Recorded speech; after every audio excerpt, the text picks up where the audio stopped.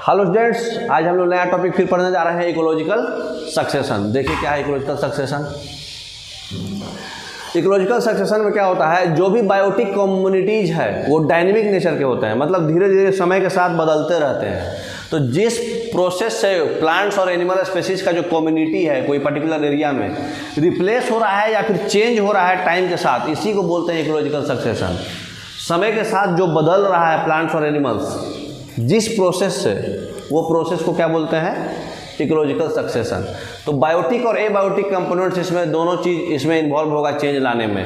तो ये जो चेंज हो रहा है, जो भी कम्युनिटीज है उसके एक्टिविटीज़ की वजह से चेंज हो रहा है, और जो भी इन्वायरमेंट है पर्टिकुलर एरिया में उसकी वजह से चेंज हो रहा है ना, इन्वायरमेंट और एक्टिविटी की वजह से।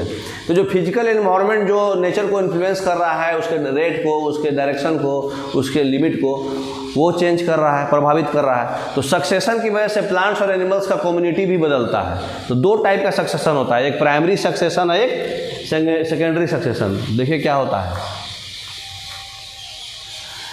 सक्सेशन जो है, primary succession, secondary succession, autogenic succession, allogenic succession, autotrophic succession, heterotrophic succession होता है। प्राइमरी सक्सेशन मतलब क्या हुआ, प्लांट्स, प्राइमरी मतलब प्राइमरी प्रोड्यूसर। तो सिर्फ और सिर्फ जो है प्लांट्स कम्युनिटी का कोई बैरन एरिया में, मतलब बंजर भूमि था और वहाँ पे प्लांट्स कम्युनिटी का डेवलपमेंट होने लगा, इसको क्या बोलेंगे, प्राइमरी सक्सेशन। अच्छा, अगर डिस्टर्ब एरिया था, वहाँ पे अगर प्लांट कम्युनिटी का डेवलपमेंट होने लगा तो उसको क्या बोलेंगे, सेकेंडरी सक्सेशन। बंजर और डिस्टर्ब अंतर है दोनों में। डिस्टर्ब करने का मतलब पहले बढ़िया था, और बंजर मतलब कभी नहीं बढ़िया था, ठीक है ना।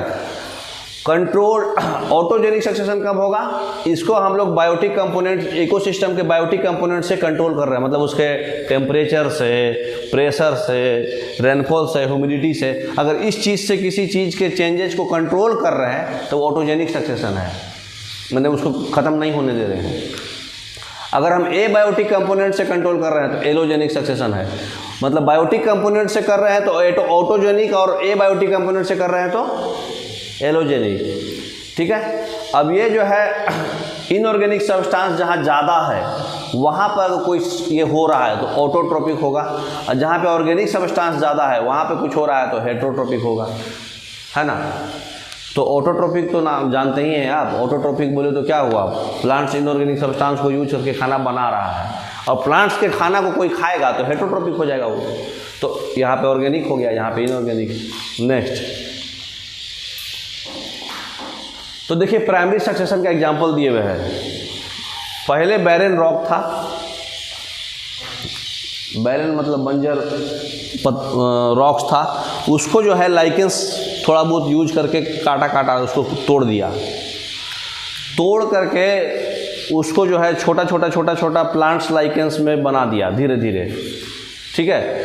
मतलब लाइकेंस भी आ गया और थोड़ा जो है प्लांट्स भी छोटा आया इसमें, देख रहे हैं हल्का प्लांट्स आया हुआ है, क्योंकि इसको तोड़ने से इसमें प्लांट्स का ग्रोथ होने लगा, क्योंकि नीचे से उसको न्यूट्रिएंट्स मिलने लगा सॉइल को, तो यहाँ प्लांट्स का ग्रोथ हुआ। धीरे धीरे जो है ग्रासेज और बढ़ने लगा, फिर धीरे धीरे जो है ग्रासेज, श्रब्स और जो भी इंटॉलरेंट ट्रीज है, पाइन्स वगैरह, ये सब भी बढ़ गया, और धीरे धीरे जो है ओक और हिकोरी सब बहुत कुछ बढ़ गया। तो यहाँ पर क्या हो गया, पायोनियर स्पेसीज इसको बोलते हैं जो चेंजेज लाता है, जैसे यहाँ लाइकेंस है। जो इंटरमीडिएट स्पेसीज हुआ जो धीरे धीरे ग्रोथ होके गया, और सबसे ज़्यादा बढ़ गया तो क्लाइमेक्स कम्युनिटी हुआ, ठीक है। तो पायोनियर जो शुरुआत जो करता है उसको क्या बोलते हैं, पायोनियर। जानते हैं ना ये बात, पायोनियर का मीनिंग का ही मतलब होता है शुरुआत करने वाला। नेक्स्ट, तो प्राइमरी सक्सेशन जब होगा, मतलब अनऑक्युपाइड एरिया जैसे रॉक्स है जहाँ पे कभी भी मतलब प्लांट्स नहीं उगता है, वहाँ पर अगर डेल्टाज और सैंड ड्यून्स और कुछ वोल्केनो आ गया, लावा आ गया, मतलब कुछ मडी एरिया एक्सपोज हो गया जहाँ पे कोई कम्युनिटी एग्जिस्ट नहीं करता पहले, तो जो प्लांट्स पहली बार बेयर लैंड को इन्वेड कर करके सॉइल जो है एब्सेंट होता है उसको बोलते हैं पायोनियर स्पेसीज। मतलब पायोनियर स्पेसीज जो है पहली बार वहाँ पे लाया है ग्रोथ को। तो जो असेंबलेज हुआ पायोनियर प्लांट्स का वो कलेक्टिवली पायोनियर कम्युनिटी कहलाया जाएगा। पायोनियर स्पीशीज जो है हाई ग्रोथ रेट करेगा लेकिन शॉर्ट लाइफ टाइम में करेगा, है ना। तो प्राइमरी सक्सेशन जो है बहुत ही डिफिकल्ट होता है देखने को सेकेंडरी सक्सेशन के कंपेरिजन में, क्योंकि रिलेटिवली बहुत कम ही जगह ऐसा होगा जहाँ पे पहले से कम्युनिटी ना हो। तो ये बहुत कम देखा जाता है प्राइमरी सक्सेशन, क्योंकि हर जगह कहीं ना कुछ कम्युनिटी रहता ही रहता है। जहाँ पहले से कुछ भी नहीं है उसको प्राइमरी सक्सेशन कहते हैं, है ना। तो धीरे धीरे प्राइमरी सक्सेशन जो है बहुत समय लेता है, बहुत लॉन्ग टाइम लेता है सेकेंडरी सक्सेशन के कंपेरिजन में। सॉइल को बनना, फिर प्राइमरी सक्सेशन में सेकेंडरी सक्सेशन जो है जहाँ पे सॉइल पहले से प्रेजेंट है वहाँ होगा, जहाँ पे सॉइल पहले से प्रेजेंट नहीं है वहाँ पे प्राइमरी होगा। तो प्राइमरी और सेकेंडरी में अगर कंपेयर करिएगा तो प्राइमरी लॉन्ग टाइम लेता है। नेक्स्ट, ठीक है। तो पायनियर कम्युनिटी जो है कुछ समय के बाद जो है रिप्लेस हो जाएगा दूसरा कम्युनिटी से, डिफरेंट कॉम्बिनेशन से। ये सेकंड कम्युनिटी जो है रिप्लेस हो जाएगा थर्ड कम्युनिटी से। ऐसे ही सीक्वेंस चलते चलते जो है कम्युनिटी तैयार हो जाएगा। जो एग्जांपल से अभी आपको देखें। अच्छा, प्रत्येक जो टेम्प्रोरी कम्युनिटी जो फॉर्म हो रहा है और रिप्लेस हो रहा है सक्सेशन में, वो जो टेम्प्रोरी कम्युनिटी जो स्टेज में सक्सेशन में, उसको क्या बोलते हैं? Sural community. मतलब लाइकेन और जो था वो सब क्या है? Sural community. तो जो फाइनल स्टेज ऑफ सक्सेशन जो फॉर्म्स किया कम्युनिटी उसको क्या बोलते हैं? Climax community. सबसे लास्ट में जो फॉर्म हुआ, तो सीरल कम्युनिटी जो टेम्प्रोरी वाला हुआ, जो फाइनल बन गया, वो क्लाइमेक्स कम्युनिटी कहलाता है। तो क्लाइमेक्स कम्युनिटी जो है मेन स्टेबल होगा, मैच्योर होगा, कॉम्प्लेक्स होगा और लॉन्ग लास्टिंग लास्ट तक रहेगा वो, है ना। तो इंटायर जो सीक्वेंस जो होता है गिवन एरिया में एक दूसरे को जो सक्सीड कर रहा है, जो पूरे कोर्स ऑफ सक्सेशन में, उसको बोलते हैं, जो सीक्वेंस है उसको बोलते हैं सीरे, है ना। जो एनिमल्स इस कम्युनिटी में सक्सेशन एग्जिबिट करता है ग्रेट एक्सटेंट तक, वो प्लांट सक्सेशन की तरह पता लगा सकते हैं। तो जो सक्सेशन लैंड पे हो रहा है जहाँ पे मॉइस्चर कंटेंट कम है, बेयर रॉक है, वो सक्सेशन को बोलते हैं जेरार्च। ज़मीन पे जो हो रहा है जेरार्च बोलते हैं उसको, ठीक है। जो सक्सेशन जो है पानी पे हो रहा है उसको क्या बोलते हैं? हाइड्रार्च, ठीक है। तो जो ज़मीन पे हो रहा है वो जेरार्च होगा सक्सेशन, जो पानी पे हो रहा है वो हाइड्रार्च होगा। जो सक्सेशन का जो सीक्वेंस है वो होता है सेरे, और जो शुरुआत में टेम्प्रोरी कम्युनिटी बनते जाता है उसको बोलते हैं सेरल कम्युनिटी, और जो फाइनल कम्युनिटी बन के आया जो बहुत लॉन्ग लास्टिंग टिकेगा उसको बोलते हैं क्लाइमेक्स कम्युनिटी। तो फिगर लाइए, उसमें सब कुछ दिखा देते हैं कौन क्या है। हाँ, ये देखिए, इसमें जो है ये लाइकेंस क्या है? पायोनियर स्पीशीज, है ना। अभी जो सीक्वेंस थोड़ा थोड़ा बीच बीच में ये सब बना, ये क्या है? सेरे कम्युनिटी। और ये जो प्रोसेस था इसको बोलते हैं सेरे, और जो सबसे लास्ट में जो बनेगा इसको क्या बोलेंगे? क्लाइमेक्स कम्युनिटी, है ना। और जो पानी से होगा वो हाइड्रार्च, और जो ज़मीन से बन के बनेगा जेरार्च, है ना। नेक्स्ट, सक्सेशन जो है ज़मीन पे हो रहा है तो जेरार्च, पानी पे हो रहा है तो hydrarch. Next, secondary succession. Secondary succession मतलब कोई कम्युनिटी का डेवलपमेंट जो है ऑलरेडी पहले से एग्जिस्ट कर रहा था, नेचुरल वेजिटेशन था वहाँ, लेकिन वो रिमूव हो गया है, डिस्टर्ब हो गया है, या फिर डिस्ट्रॉय हो गया है कोई नेचुरल इवेंट से। या तो फॉरेस्ट फायर हुआ था, या हुरिकेन हुआ था, या फिर ह्यूमन रिलेटेड डिविडेंस भी हुआ था, या लैंड हार्वेस्टिंग हो गया था, या फिर टीलिंग हो गया था, या इंडिगो प्लांटेशन कोई कर दिया होगा। मतलब उसका फर्टिलिटी नुकसान हो चुका है। पहले से फर्टिलिटी उसका बढ़िया था लेकिन बाद में नुकसान हो गया। तो ये थोड़ा फास्ट होगा क्योंकि सॉइल जो है उसके पास न्यूट्रिएंट्स पहले से होगा ना। वो डोरमेंट स्टेज में आ गया था, लेकिन बंजर भूमि था, फॉरेस्ट फायर हो गया था, ओयार्स हो गया था। धीरे धीरे जो है मतलब क्या बोलते हैं, एनुअल प्लांट्स आया, फिर ग्रासेज आ गया, और मतलब 3-4 साल में यहाँ पहुँच गया वो क्लाइमेक्स स्पीशीज पे। फिर 150 प्लस साल लगा उसको क्लाइमेक्स स्पीशीज में पहुँच गया। तो प्राइमरी सक्सेशन और सेकेंडरी सक्सेशन में बस यही अंतर है कि प्राइमरी सक्सेशन बोले तो वहाँ पे ज़िंदगी में कभी नहीं प्लांट्स उगा था, चाहे कुछ भी ग्रोथ हुआ था। और सेकेंडरी सक्सेशन मतलब हुआ था, कुछ नेचुरल क्लामिटीज या ह्यूमन मेड फैक्टर से वो ख़राब हो गया, तब वो रीग्रोथ करके आया तो सेकेंडरी, और पहले से कभी नहीं कुछ हुआ था तो रीग्रोथ किया तो प्राइमरी। नेक्स्ट, तीसरा है ऑटोजेनिक सक्सेशन। जो सक्सेशन में ऑर्गेनिज्म जो है चेंजेस ला रहा है इन्वायरमेंट में, वो ऑटोजेनिक होगा, है ना। ऑर्गेनिज्म खुद इन्वायरमेंट में चेंजेस ला रहा है। जैसे ऑर्गेनिज्म जो है एक चेंज कर रहा है सॉइल में, ये ऑर्गेनिज्म जैसे ऑर्गेनिक मैटर एक्यूमुलेट हो रहा है ह्यूमस के फॉर्म में, है ना, सॉइल न्यूट्रिएंट्स को चेंज कर दे रहा है, सॉइल के पीएच को चेंज कर दे रहा है। तो जो प्लांट्स का स्ट्रक्चर है वो अपने आप को कम्युनिटी के हिसाब से चेंज करेगा। जैसे लार्जर स्पेसीज में ट्री वो शेड प्रोड्यूस करेगा तो उससे फॉरेस्ट फ्लोर डेवलप होगा। इससे क्या होगा, लाइट रिक्वायरिंग स्पेसीज वो डिस्ट्रॉय कर देगा और शेड टॉलरेंट स्पेसीज वहाँ पे इस्टेब्लिश होगा। कहने का मतलब है कि पेड़ पौधा जब जहाँ उग जाता है वहाँ पे क्या हो जाता है, छाया।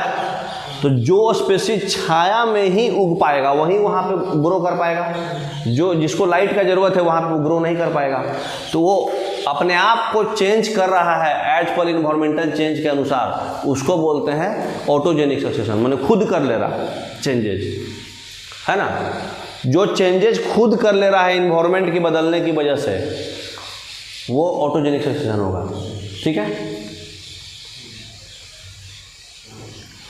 एलोजेनिक सक्सेशन क्या होता है, जो एक्सटर्नल इन्वायरमेंट चेंज ला रहा है उसमें, ठीक है, उसको एलोजेनिक सक्सेशन कहते हैं। जैसे सॉइल इरोजन, लीचिंग या फिर सिल्ट डिपोजिशन हो गया, सॉइल को बदल दिया तो क्ले जो है न्यूट्रिएंट कंटेंट भी बदल देगा, वाटर रिलेशनशिप इकोसिस्टम में भी बदल जाएगा, एनिमल्स भी इंपॉर्टेंट रोल करेगा एलोजेनिक में। तो ये पॉलिनेटर्स का काम करता है, सीड डिस्पर्सर का भी, हर्बीवोर्स, मतलब इस तरह से आपका क्या है, बाहरी इन्वायरमेंट से बदला रहा है। They can increase the nutrient content in certain cases. मतलब जैसे मान लीजिए पॉलिनेशन हो रहा है, पॉलिनेशन कौन सा सक्सेशन है, एलोजेनिक। क्यों?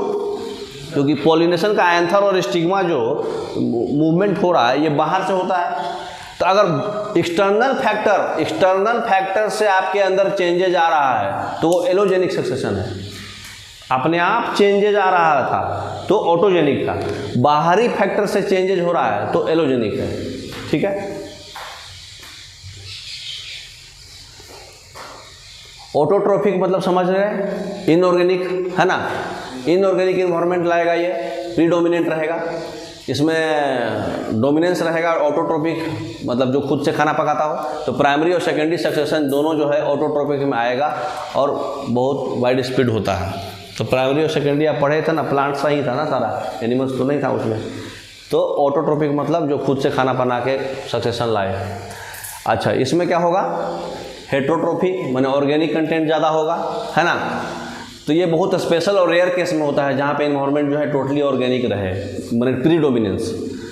जैसे stream heavily polluted with sewage, मतलब ऐसा नदी है जो खाली सीवेज से भरा पड़ा है। जो यमुना नदी, दिल्ली के लोग उसमें कचरा फेंक के महाबहिन किए हुए हैं, तो वो क्या है, हेट्रोट्रोपिक सक्सेशन। क्योंकि अदर एग्जाम्पल हेट्रोट्रोपिक सक्सेशन का क्या होगा, कोई डेड ट्रीज का सड़ना या फिर एनिमल्स का डंग का रिडक्शन हो जाना, इन्वेजन ऑफ प्लांट्स गर्ल्स, मतलब कि क्या उसको बोलते हैं, गोबर कम जाना, डेड ऑर्गेनिजम्स का सड़ जाना, इससे भी तो ऑर्गेनिक कैरेक्टर बढ़ेगा। डेड डिकेइंग मैटर का ऑर्गेनिक कंटेंट ज़्यादा होता है। तो ये सब केसेज में ग्रीन प्लांट जो है इन्वॉल्व नहीं है, लेकिन ऑर्गेनिजम्स जो है हेट्रोट्रोपिक कहलाएगा। क्यों? क्योंकि डेड ऑर्गेनिजम्स को यूज एज ए एनर्जी की तरह यूज कर रहा है वहाँ पे। तो जहाँ पर डेड ऑर्गेनिक मैटर यूज हो रहा है और एज ए एनर्जी, वो भी तो हेट्रोट्रोपिक है। ऑर्गेनिक वर्ड आ गया तो हेट्रोट्रोपिक होगा। तो इस टाइप ऑफ सक्सेशन में एनर्जी जो है बिगिनिंग में मैक्सिमम होगा, लेकिन धीरे धीरे कम जाएगा। क्योंकि जब तक अगर एडिशनल कुछ ऑर्गेनिक मैटर अगर आप नहीं डालते हैं बाहर से, तो धीरे धीरे कम जाएगा, वो डिक्लाइन कर जाएगा। डेड ऑर्गेनिक मैटर है वो तो धीरे धीरे कमेगा ना, अगर बाहर से नहीं डाले तो। इसके अलावा एनर्जी फ्लो भी है, मतलब ज़रूरी नहीं है कि ऑटोट्रोपिक में डिक्लाइन करे, ये जो है बढ़ भी सकता है। ऑटोट्रोपिक में एनर्जी फ्लो जो है डिक्लाइन करेगा, ऐसा कोई ज़रूरी नहीं है। लेकिन हेट्रोट्रोपिक में डिक्लाइन करेगा, ये ज़रूरी है। क्योंकि हेट्रोट्रोपिक में सीरीज ऑफ डिफरेंट ऑर्गेनिजम्स होते हैं, एनिमल्स, फंजाई, बैक्टीरिया और जो भी है, ये इन्वॉल्व होते हैं और एक दूसरे को रिप्लेस करते हैं और वो यूटिलाइज करते हैं एनर्जी। तो हेट्रोट्रोपिक में एनर्जी लेवल घटना है, ये तय है। लेकिन ऑटोट्रोपिक में एनर्जी लेवल घटेगा, ये कोई गारंटी नहीं है। क्योंकि ऑटोट्रोपिक में एनर्जी लेवल इनऑर्गेनिक कंटेंट पे होता है, जो बढ़ भी सकता है, ठीक है, मेंटेन रहता है और बढ़ता है। तो एनर्जी लेवल जो अभी हम लोग पढ़ रहे थे, फूड चेन में घटता है, ये सब, वो सब हेट्रोट्रोपिक सक्सेशन में आएगा। तो एनर्जी लेवल ऑटोट्रोपिक में बढ़ता है, हेट्रोट्रोपिक में घटता है। Next last topic, cycles. Biogeochemical cycle, nitrogen cycle, oxygen cycle, phosphorus cycle, ये सब पढ़ना है, ठीक है। नेक्स्ट, तो इस साइकिल में क्या होता है, देखिए इकोसिस्टम में फ्लो ऑफ एनर्जी लीनियर होता है, लेकिन न्यूट्रिएंट्स का जो फ्लो होता है वो साइक्लिकल होता है। एनर्जी का फ्लो लीनियर होता है, अभी हम लोग देख लिए ट्रॉपिक लेवल्स में, लेकिन न्यूट्रिएंट्स का फ्लो जो होता है वो साइक्लिक होता है। क्यों कि एनर्जी जो है डाउन हिल फ्लो करता है, मतलब कि एनर्जी जो है यूटिलाइज होगा, लॉस्ट होगा हीट में, तो ये हमेशा फॉरवर्ड फ्लो करेगा। लेकिन न्यूट्रिएंट्स जो अदर हैंड जो है वो जो है डेड रिमेन्स ऑफ ऑर्गेनिज्म से रिलीज होगा, फिर सॉइल में ही चला जाएगा, है ना, डेट्रीवोर्स के द्वारा, जो ऑब्जॉर्व कर लेगा सॉइल रूट के द्वारा, तो हर्बीवोर्स को पास होगा, फिर कार्निवोर्स को पास होगा। तो ये रीसाइक्लिंग ऑफ न्यूट्रिएंट्स जो है इसको बोलते हैं बायोजियोकेमिकल चाहे न्यूट्रिएंट। तो इंटायर जो अर्थ है बायोस्फीयर वो क्लोज सिस्टम है, न्यूट्रिएंट्स ना ही इंपोर्ट होता है ना ही एक्सपोर्ट होता है, वो कंटिन्यूस साइकिल तरह जहाँ से घुसे वहीं से आए। देखिए फिगर में दिखाएगा, एनर्जी घटेगा, एनर्जी का फ्लो घट रहा है क्योंकि आप मेटाबॉलिक एक्टिविटी करके उसके बाद ट्रांसफर कर रहे हैं, हीट रिलीज हो रहा है, लेकिन न्यूट्रिएंट्स एक दूसरे को यूज करके फिर वहीं पहुंच जा रहा है।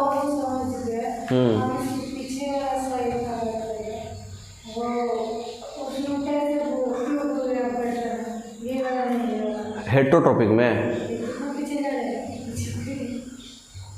हेट्रोट्रोपिक और ऑटोट्रोपिक में ना, हेट्रोट्रोपिक में क्या है, डेड ऑर्गेनिक मैटर को यूज कर रहा हो, तो डेड ऑर्गेनिक मैटर को यूज करेगा तो धीरे धीरे वो खत्म होगा ना, कहाँ से पैदा होगा फिर, तो ऑर्गेनिक कंटेंट कमेगा ना धीरे धीरे।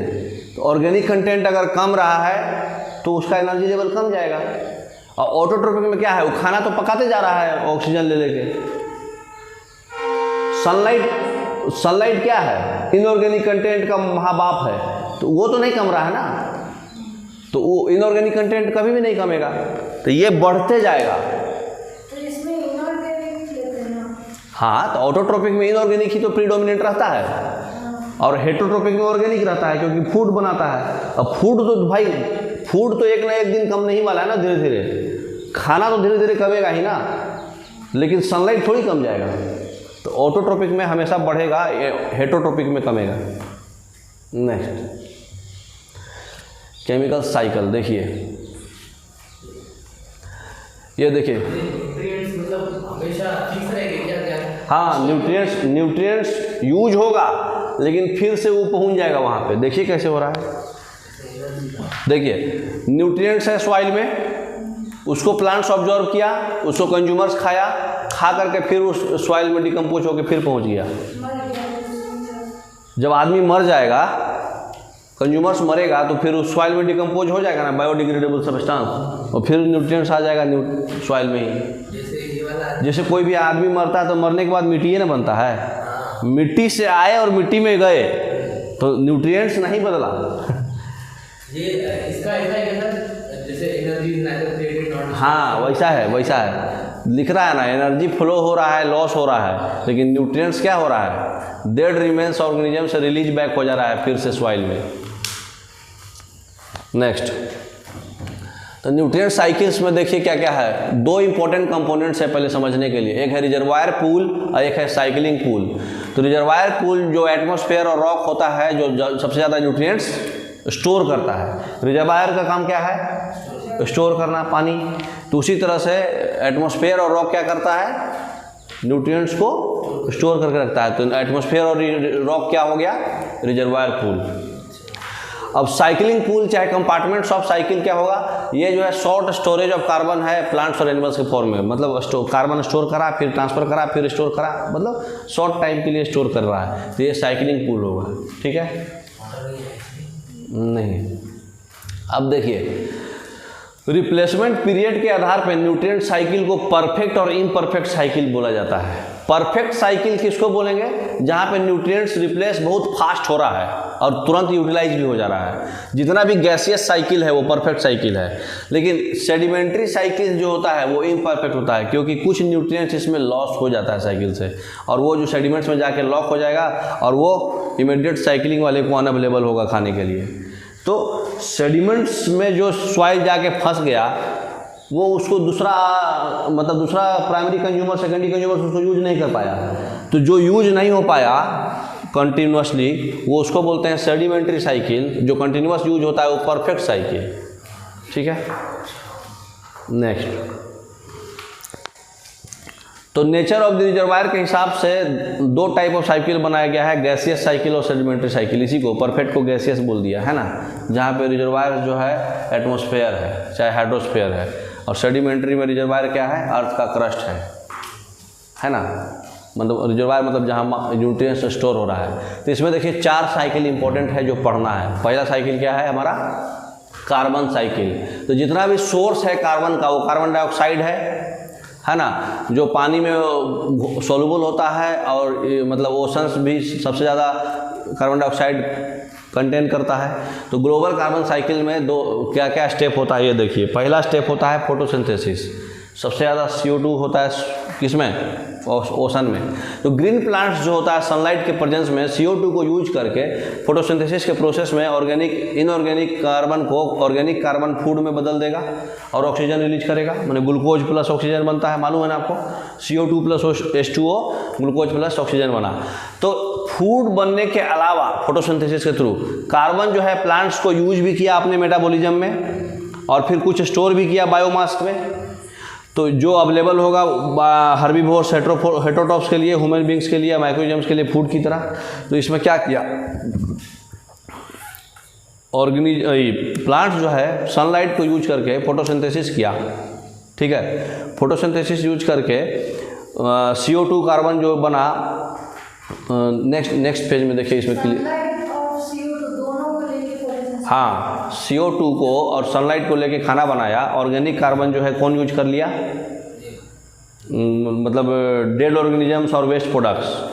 ठीक है, जो चला गया नीचे फॉसिल फ्यूल्स में। और बाकी जो है क्या बोलते हैं, प्लांट्स जो है रिलीज किया क्या चीज़, रेस्पिरेशन करके रिलीज क्या करा, एनिमल्स इसको यूज करा। एनिमल्स रिलीज क्या करा, एनिमल्स CO2 रिलीज कर रहा है ना। प्लांट्स भी रेस्पिरेशन करेगा तो CO2 यूज करेगा। और जो भी आपका मतलब रूट रेस्पिरेशन हुआ उसके बाद जो है ऑटो और फैक्ट्री में भी CO2 निकलता है।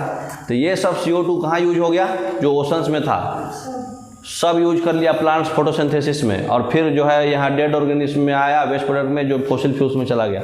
नेक्स्ट स्लाइड में क्लियर समझ में आएगा। देखिए नेक्स्ट, दूसरा क्या है, रेस्पिरेशन। रेस्पिरेशन भी जो है सारे लिविंग ऑर्गेनिज्म कैरी होता है। ये मेटाबॉलिक प्रोसेस है जहाँ पे फूड ऑक्सीडाइज होकर के CO2 और पानी लिबरेट करेगा, और एनर्जी तो लिबरेट करेगा ही करेगा। तो CO2 और पानी यहाँ रेस्पिरेशन में क्या हो रहा है, प्लांट्स के रेस्पिरेशन में और एनिमल्स के रेस्पिरेशन में निकल रहा है। डिकम्पोजिशन क्या हो रहा है, जितना भी फूड जो हम एनिमल्स के द्वारा एसिमिलेट कर रहे हैं, पचा रहे हैं, सिंथेसाइज कर रहे हैं प्लांट्स के द्वारा, वो मेटाबोलाइज नहीं होता है कंप्लीटली वो अपने चूज में नहीं होगा ना। कुछ माल तो एक्स्ट्रा जाएगा ना, एक्सक्रेट होगा ना, वेस्ट निकलेगा ना। तो जो मेजर पार्ट है वो सिस्टम मतलब वो रिटेन कर लेगा बायोमास की तरह, लेकिन कुछ जो होगा वो डिकम्पोजर्स को अवेलेबल होगा डेथ उनके मरने के बाद। तो जो डेड ऑर्गेनिक मैटर है वो डिकम्पोज करेगा माइक्रोऑर्गेनिज्म और CO2 रिलीज करेगा एटमॉस्फेयर में डिकम्पोजर्स के द्वारा। तो जो डेड ऑर्गेनिज्म है वो माइक्रोऑर्गेनिज्म यूज करके CO2 रिलीज कर दिया एनिमल्स के द्वारा। तो कंबशन में क्या होता है, बायोमास जो अगर आप कंबशन करते हैं बायोमास का, तो उससे भी कार्बन डाइऑक्साइड एटमॉस्फेयर में आता है। तो यहाँ भी एटमॉस्फेयर से कार्बन डाइऑक्साइड आया है ना। तो CO2 हमारा इस माध्यम से आ चुका है, जो यूज कर लिया है प्लांट्स, और फिर डेड ऑर्गेनिक कार्बन बना रहा है जो डेड ऑर्गेनिज्म में आ जा रहा है और फॉसिल फ्यूल्स में चला जा रहा है। तो ये कार्बन साइकिल समझ में आ गया। नेक्स्ट,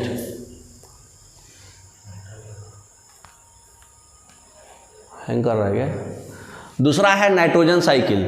हमारे एटमॉस्फेयर में 79% अप्रोक्स नाइट्रोजन है जो कि डायरेक्टली नहीं यूज किया सकता है लिविंग ऑर्गेनिजम्स के द्वारा। तो ब्रॉडली जो है CO2 जो है नाइट्रोजन मतलब CO2 की तरह नाइट्रोजन साइकिल भी मतलब गैसियस फेज की तरह सॉलिड फेज में और फिर बाद में गैसियस फेज में ऑर्गेनिजम्स की एक्टिविटी के हिसाब से होता है। मतलब जैसे CO2 में भी गैस फेज और सॉलिड फेज और फिर सॉलिड से गैस फेज बना, उसी तरह से नाइट्रोजन साइकिल में भी गैस फेज बनेगा और गैस फेज से सॉलिड फेज बनेगा, फिर सॉलिड से गैस फेज बनेगा। कैसे, देखिए पहला प्रोसेस होता है नाइट्रोजन साइकिल में नाइट्रोजन फिक्सेशन। ये प्रोसेस में क्या होगा, नाइट्रोजन से अमोनिया बनेगा जिसमें कि ये प्लांट्स के द्वारा यूज होगा। तो नाइट्रोजन से अमोनिया कैसे बना, यहाँ नाइट्रोजन है, नाइट्रोजन फिक्सेशन से एक बैक्टीरिया उसको अमोनिया में कन्वर्ट कर दिया। ठीक, तो एटमॉस्फेरिक नाइट्रोजन जो है 3 मेथड से फिक्स होता है, ठीक है। एक होता है एटमॉस्फेरिक फिक्सेशन, जैसे लाइटनिंग हुआ, कंबशन हुआ, चाहे वोल्केनिक एक्टिविटी हुआ, इससे जो है नाइट्रोजन फिक्सेशन होगा, ठीक। तो इस नाइट्रोजन फिक्सेशन कैसे हुआ? रेनफॉल से, है ना, लाइटनिंग, कंबशन से, हाँ, इससे हमारा नाइट्रोजन फिक्सेशन हुआ, ठीक है, जो बैक्टीरिया से अमोनिया बन गया। दूसरा है इंडस्ट्रियल फिक्सेशन, हाई टेम्परेचर और हाई प्रेशर पे नाइट्रोजन जो है एटॉमिक नाइट्रोजन में टूट जाता है, जो हाइड्रोजन से फॉर्म करके अमोनिया बनाता है। तो नाइट्रोजन फिक्सेशन और कैसे होता है हमारा? इंडस्ट्रीज वगैरह से। जो इंडस्ट्रीज वगैरह में भी नाइट्रोजन जो है हाई टेम्परेचर और हाई प्रेशर में टूट के जो N2 है, N2 जो है N बन जाएगा, एटॉमिक नाइट्रोजन बन जाएगा, और वो फिर हाइड्रोजन से कंबाइन करके अमोनिया बना देगा, ठीक है। बैक्टीरियल फिक्सेशन एक होता है, ये भी 2 टाइप का होता है, सिम्बायोटिक बैक्टीरिया, राइजोबियम, जो लेगुमिनस प्लांट्स के रूट में पाया जाता है, और फ्री लिविंग और सिम्बायोटिक में फ्री लिविंग जो बैक्टीरिया होता है नॉस्टॉक, एजोबैक्टर और साइनोबैक्टीरिया, ठीक है। तो ये जो बैक्टीरिया जो नाइट्रोजन से अमोनिया बना रहा है वो कौन है? साइनोबैक्टीरिया, एजोबैक्टर या नॉस्टॉक, है ना, फ्री लिविंग वाले, ठीक है। और सिम्बायोटिक में है रिजोबियम। तो इतना तरीका से आपका N2 से NH3 बना। कैसे? एगो तो लाइटनिंग से, जो फिगर में दिखा चुका है, और दूसरा कैसे? इंडस्ट्रियल से और एक बैक्टीरिया से, है ना। तो इंडस्ट्रियल से क्या होता है? N2 से N बन जाता है, N हाइड्रोजन से मिलकर बना देता है, ठीक। अब आगे देखिए क्या होगा नेक्स्ट। दूसरा होता है नाइट्रिफिकेशन। नाइट्रोजन फिकेशन से हम लोग समझ गए। नाइट्रिफिकेशन में क्या होगा? सॉइल जो होस्ट है उसका सॉइल बैक्टीरिया जो है अमोनिया को कहाँ कन्वर्ट कर देगा? नाइट्रेट में। अमोनिया से हमारा क्या चीज़ कन्वर्ट हो रहा है? नाइट्रेट में, नाइट्रीफाइंग बैक्टीरिया से। तो ये हमेशा याद रखिएगा, नाइट्रोजन से अमोनिया जो बना है किससे बनता है? इस प्रोसेस को बोलते हैं नाइट्रोजन फिक्सेशन। ये बनता है, इंपॉर्टेंट ज़्यादातर एग्जाम में साइनोबैक्टीरिया आता है, तो साइनोबैक्टीरिया याद रखिएगा। ऐसे तो बहुत सारे एग्जाम्पल दिया राइजोबियम और एनाबेना जो भी है, तो साइनोबैक्टीरिया याद रखिएगा, ठीक है। उसके बाद अमोनिया से फिर नाइट्रेट बना। अमोनिया से नाइट्रेट कैसे बना? नाइट्रीफाइंग बैक्टीरिया से, है ना। तो ये 2 स्टेप होता है, इसमें 2 टाइप ऑफ बैक्टीरिया रहता है। पहले सॉइल बैक्टीरिया नाइट्रोजोमोनास या फिर नाइट्रोकोकस, है ना। नाइट्रोकोकस ये जो है अमोनिया से नाइट्रोजन डाइऑक्साइड बनाता है। देखो यहाँ से क्या करा, एक तो जो है ये जो मतलब नाइट्रीफाइंग बैक्टीरिया के मदद से अमोनियम बनता है, वहाँ से NO2 बनता है, और NO2 को फिर नाइट्रिफिकेशन करके NO3 बनाए, या फिर अमोनिया से डायरेक्ट NO3 बनाया जाएगा नाइट्रीफाइंग बैक्टीरिया। तो 2 प्रोसेस से बनेगा नाइट्रेट, है ना। हमको नाइट्रेट बनाना इंपॉर्टेंट है क्योंकि NO2 बहुत डेंजरस होता है। हाँ, NO2 अगर एटमॉस्फेयर में आ गया तो सब मर जाएगा, इसलिए उसको NO3 बनाते हैं, ठीक है। हाँ, तो NO2 को फिर नाइट्रिफिकेशन करा के NO3 बना देते हैं, या फिर अमोनिया से डायरेक्ट NO3 बना देते हैं नाइट्रीफाइंग बैक्टीरिया से। तो ये जो है, जो अमोनिया से नाइट्रोजन डाइऑक्साइड बनाता है, मतलब NH3 NH4 से NO2 बनाता है, ये यहाँ पे जो बैक्टीरिया यूज होता है, ये यूज होता है नाइट्रोजोमोनास या फिर नाइट्रोकोकस यहाँ पर, ठीक है। और उसके बाद दूसरे टाइप ऑफ सॉइल बैक्टीरिया जिसको बोलते हैं नाइट्रोबैक्टर, ये 3rd ऑक्सीजन ला करके उसको नाइट्रेट बनाता है। NO2 से NO3 कौन बनाता है? नाइट्रोबैक्टर। ये बहुत एग्जाम में बहुत आता है, बहुत। NO2 से NO3 कैसे बनता है? नाइट्रोबैक्टर से। और अमोनिया से NO2 कैसे बनता है? नाइट्रोजोमोनास से या फिर नाइट्रोकोकस से, ठीक है। नेक्स्ट, फिर NO3 से हमारा डीनाइट्रिफिकेशन करके फिर बन जाएगा N2, ठीक है। नेक्स्ट, तो नाइट्रिफिकेशन समझ में आ गया, नाइट्रोबैक्टर भी समझ में आ गया। नाइट्रोबैक्टर NO2 से NO3 बनाएगा, ठीक है। NO2 से NO3 बनाएगा, एक ऑक्सीजन ऐड कर देगा इसमें, तो नाइट्रोबैक्टर बना दिया। फिर ये जो होता है केमोट्रोप्स होता है, जो अपना एनर्जी केमिकल्स से प्राप्त करता है। तो मेटाबोलाइज हो करके नाइट्रोजन ऑक्सीजन के साथ ये एनर्जी जो है अपने लाइफ प्रोसेस में लगाएगा, और फिर जितना भी हाई एनर्जी एनवायरनमेंट है, जैसे लाइटनिंग स्ट्राइक्स या वोल्केनिक इरप्शंस, ये जो है नाइट्रोजन गैस को डायरेक्टली नाइट्रेट बना देता है। तो नाइट्रोजन गैस डायरेक्टली नाइट्रेट कैसे बन सकता है, कैसे बनेगा? हाई नहीं, ये वोल्केनिक इरप्शन सबसे, लाइटनिंग से या फिर वोल्केनिक इरप्शन से डायरेक्टली भी ऐसे बन जाता है NO3, है ना। तो ये जो है मतलब जो है मॉडर्न इकोसिस्टम में हेल्दी नहीं है, अपने आप नहीं होता है, ठीक है। अब देखिए डीनाइट्रिफिकेशन होगा, N2 बन जाएगा। नेक्स्ट बैक करिए, उसको हम एक बार शॉर्टकट में बता देते हैं। तो हमारा क्या हुआ, नाइट्रोजन से नाइट्रोजन फिक्सेशन हुआ, रिजोबियम या फिर साइनोबैक्टीरिया या फिर एनाबेना से अमोनिया बना, या फिर आपके नाइट्रोजन फिक्सेशन कहाँ से मिला, लाइटनिंग से या फिर इंडस्ट्री से, ठीक है। और अमोनिया से नाइट्रीफाइंग बैक्टीरिया से NO3 बन गया। और एक और प्रोसेस होता है कि जब नाइट्रोजन फिक्सेशन से जो अमोनिया बनने का प्रोसेस होता है, उसमें हाइड्रोजन ज़्यादा लेकर के अमोनियम बन जाता है NH4, और NH4 जो है नाइट्रोजोमोनास या फिर नाइट्रोकोकस, ये बैक्टीरिया से NO2 बनाएगा। और NO2 से फिर NO3 कौन सा बैक्टीरिया से बनता है, वो बहुत ही इंपॉर्टेंट होता है नाइट्रोबैक्टर, एग्जाम में ज़्यादातर यही आता है। तो नाइट्रोबैक्टर से NO3 बन जाएगा, और फिर डीनाइट्रिफिकेंट से सीधा N2 बन जाएगा, या फिर एसोमिलेशन से भी N2 बन जाएगा, ठीक है। नेक्स्ट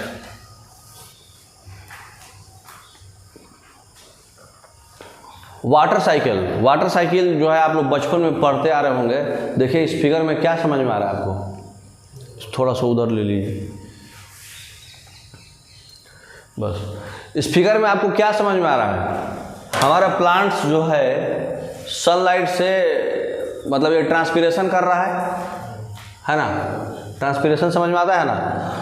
हाँ, फिर कंडेंस होकर बादल बना, बादल जो है प्रेसिपिटेट होकर के फिर यहाँ गिर गया, और अगर यहाँ टेम्परेचर कम रहा तो स्नो बन गया, स्नो मेल्ट होकर के पानी बन गया, कहीं पे स्टोर होकर लेक बन गया, कहीं पे पर्कुलेट होकर नीचे चला गया, ग्राउंड वाटर फ्लो हो गया, ये ओशन में रहता है, ये भी इवेपोरेट करके सनलाइट से इवेपोरेशन हो गया, इवेपोरेशन से कंडेंस होकर के फिर बादल बन गया। यही प्रोसेस होता है। तो देख लीजिए नेट पे, इसको फास्ट निकालेंगे क्योंकि आप लोग बहुत बार पढ़े होंगे। तो रेनफॉल, स्नोफॉल, स्लश, ड्यू, ये सब जो है सोर्स ऑफ वाटर है हमारे अर्थ पे। तो वाटर जो है एटमॉस्फेयर से जो रिसीव होता है अर्थ में, वो रिटर्न हो जाएगा एटमॉस्फेयर को, क्योंकि पानी इवेपोरेट करके डायरेक्ट इवेपोरेशन से वहीं पे चल जाएगा, या फिर इवेपोट्रांसपिरेशन से प्लांट्स के थ्रू, ठीक है। तो ये कंटिन्यूस मूवमेंट होगा, इसको बोलते हैं वाटर साइकिल, चाहे हाइड्रोलॉजिकल साइकिल। तो ये दो फोर्स होता है इसमें, सोलर और ग्रेविटी।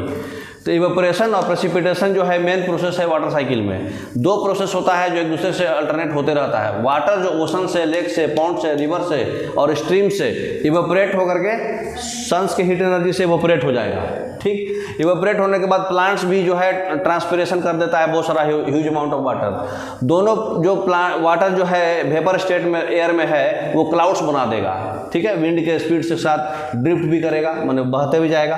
क्लाउड्स जो है कोल्ड एयर के साथ जब मिलेगा माउंटेनस रीजन में, फॉरेस्ट के ऊपर, तो कंडेंस होकर के रेन प्रेसिपिटेट करेगा, जो ग्रेविटी की वजह से नीचे आ जाएगा, ठीक है। नेक्स्ट, तो फिगर में समझ में आ गया ना, जरूरत नहीं है उतना डबल समझाने का। Next, sediment cycle, sedimentary cycles. तो सेडिमेंट्री साइकिल हमारा कैसा रहेगा, अभी आप पढ़े, दो टाइप का साइकिल होता है, फिक्स रहेगा, हाँ, इसमें ज़्यादा चेंजेस नहीं आता। तो मैग्नीशियम, फॉस्फोरस और कैल्शियम जो है सेडिमेंट्री साइकिल से सर्कुलेट करता है। तो सेडिमेंट्री साइकिल जो होता है वो एक बेसिक पैटर्न फ्लो करता है, इरोजन होगा, सेडिमेंटेशन होगा, फिर माउंटेन बनेगा, फिर वोल्केनिक एक्टिविटी बनेगा, फिर बायोलॉजिकल ट्रांसपोर्ट हो जाएगा, स्क्रेटा होगा, है ना, मैरीन बर्ड्स। तो इंपॉर्टेंट सेडिमेंट्री साइकिल में फॉस्फोरस है, मैग्नीशियम है, कैल्शियम है और सल्फर है। देखते जाइए, फॉस्फोरस साइकिल क्या होगा, ये डिकम्पोज करा, डिकम्पोजर्स के थ्रू, फिर अंडरग्राउंड फॉस्फोरस रिजर्व्स, वो मतलब ऊपर से जो प्रेसिपिटेशन हुआ उसका रॉक्स की वजह से रॉक्स टूट गया, रॉक्स टूट के भी यहाँ फॉस्फोरस बना दिया। जो प्लांट्स, एनिमल्स जो है फॉस्फोरस को यूज कर लिया प्लांट्स, और ये प्लांट्स को फिर जो है एनिमल्स यूज कर लिया, और फिर एनिमल्स डिकम्पोजर से डिकम्पोज होकर के फॉस्फोरस बना दिया, है ना। फॉस्फोरस का लीचिंग भी होकर के फॉस्फेट सेडिमेंट्स बन गया। यहाँ से भी जो रॉक्स टूटा उससे भी कुछ फॉस्फेट जो है पानी में चला गया। ये भी जो है अंडर वाटर फॉस्फेट जो रिजर्व था वो ऊपर लिफ्ट होकर के नया रॉक बना दिया, है कि नहीं। तो देखिए इसको लैंग्वेज में देख लीजिए, नहीं दिया है।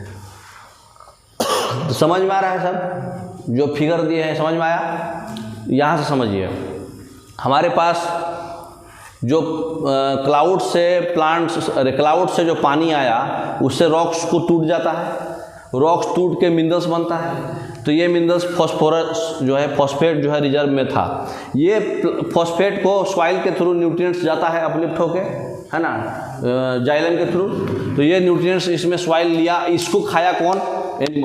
एनिमल्स जो है जब मरा तो डिकम्पोज हुआ, डिकम्पोजर से उसको फिर फॉस्फेट बना के इसको दे दिया। तो इतना दूर का साइकिल समझ में आ गया। अब इधर का, जब क्लाउड्स का वेदरिंग हुआ, रॉक्स का वेदरिंग हुआ पानी से, तो कुछ जो है मिनरल्स के फॉर्म में तो इधर मिल गया डायरेक्ट अंडरग्राउंड सॉइल को, लेकिन कुछ जो है पानी लेके चला जाएगा नीचे ओशन में। तो पानी लेके चला जाएगा और कुछ फॉस्फेट फर्टिलाइजर्स जो आप डालते हैं फर्टिलाइजर्स, वो भी पानी में बह जाता है कुछ। तो वो दोनों पानी में आया, उससे क्या बन गया, और ये जो अंडरग्राउंड फॉस्फेट रिजर्व था इससे भी कुछ लीचिंग हो जाता है, ये भी बह जाता है पानी में। तो तीनों जो है, ये तीनों बह करके कहाँ क्या बनाया? अंडरग्राउंड फॉस्फेट रिजर्व बनाया। लेकिन जब जियोलॉजिकल अपलिफ्ट होगा अचानक से, तो फिर ये पूरा फॉस्फेट ऊपर उठेगा और उठ के फिर से पहाड़ बना देगा। तो ये क्या होगा? अपलिफ्ट होकर के आपका जियोलॉजिकल अपलिफ्ट हो गया, है ना। तो यही फॉस्फेट साइकिल है, समझ गए? फिगर माइंड में रखना है बस। अब दूसरा है सल्फर साइकिल। प्लांट्स जो है सल्फर ऑब्जॉर्ब करता है जब पानी में घुला रहता है तब, ठीक। एनिमल्स इस प्लांट्स को कंज्यूम करेगा, एनफ सल्फर ले लेगा हेल्थ के लिए। जितना भी अर्थ का सल्फर है वो रॉक्स में या फिर बरीड साल्ट्स में रहेगा। तो रॉक्स और साल्ट्स में रहता है सल्फर। ये जो है क्या बोलते हैं, ओशन के अंदर जो है डीप बरीड रहता है ओशनिक सेडिमेंट्स में। ये सल्फर को हम लोग एटमॉस्फेयर में पाया जाता है। तो ये एटमॉस्फेयर में जो है नेचुरल और ह्यूमन सोर्सेज बनता है सल्फर। तो नेचुरल रिसोर्स जो है या तो वोल्केनिक इरप्शन होगा, या तो बैक्टीरियल प्रोसेस से बनेगा, या तो इवेपोरेशन से बनेगा पानी के, या फिर ऑर्गेनिज्म के मरने से बनेगा सल्फर, ठीक। जब सल्फर जो है एटमॉस्फेयर में इंटर करेगा ह्यूमन एक्टिविटी के थ्रू, तो ये जो है मेनली क्या होगा? इंडस्ट्रियल प्रोसेस होगा, जहाँ SO2 और हाइड्रोजन सल्फाइड गैस इमिटेड होता है वाइड स्केल पे। तो इंडस्ट्री से जो निकलता है SO2 और H2S निकलता है। जब सल्फर डाइऑक्साइड एटमॉस्फेयर में इंटर करेगा तो वो ऑक्सीजन का रिएक्ट करके सल्फर ट्राइऑक्साइड बना देगा, SO2 से SO3 बन जाएगा, ठीक। या फिर अदर केमिकल्स के साथ सल्फर साल्ट बनाएगा, है ना। तो सल्फर डाइऑक्साइड जो है पानी के साथ रिएक्ट करके H2SO4 बना देता है। तो ये जो पार्टिकल्स है ये अर्थ के नीचे सेटल कर जाता है और रेन के साथ रिएक्ट करके एसिड रेन की तरह बना देता है। ये पार्टिकल्स जो है प्लांट्स अगेन अगर अब्जॉर्ब कर लिया अगर प्लांट्स, तो फिर एटमॉस्फेयर में रिलीज हो जाएगा और सल्फर साइकिल फिर से स्टार्ट हो जाएगा। फिगर से समझ में आएगा, ऐसा नहीं समझ में आएगा। देखिए क्या हुआ यहाँ पर, हमारा जो रेनफॉल हुआ, इसमें भी डाइमिथाइल सल्फाइड था, वेट डिपोजिशन हुआ, पानी में सल्फेट आया, ठीक है, सेडिमेंटेशन से होके। अब ये सल्फेट जो है सबसे पहले ये समझिए, जो वोल्केनिक इरप्शंस वगैरह हुआ तो H2SO4 हाइड्रोजन सल्फाइड से SO2 बन के एयर के प्रेजेंस में ये निकल के सल्फेट जो है इसमें आया, और वो सल्फेट जो है डाइमिथाइल सल्फाइड के फॉर्मेट में डिपोजिशन होकर सल्फेट बन के पानी में आ गया, ठीक। अब ये जो है SO2 यहाँ इससे भी निकला, इंडस्ट्रीज वगैरह से भी SO2 निकला, है ना। और दूसरा चीज़ है कि क्या बोलते हैं, H2S भी निकला इंडस्ट्रीज से। तो SO2 भी निकला और H2S भी निकला। ये SO2 बन के फिर जो है सल्फेट बन के यहाँ फाइनली यहाँ गिर गया। उसके बाद इसका वेदरिंग हुआ, या फिर इसका क्या बोलते हैं, ये क्या है,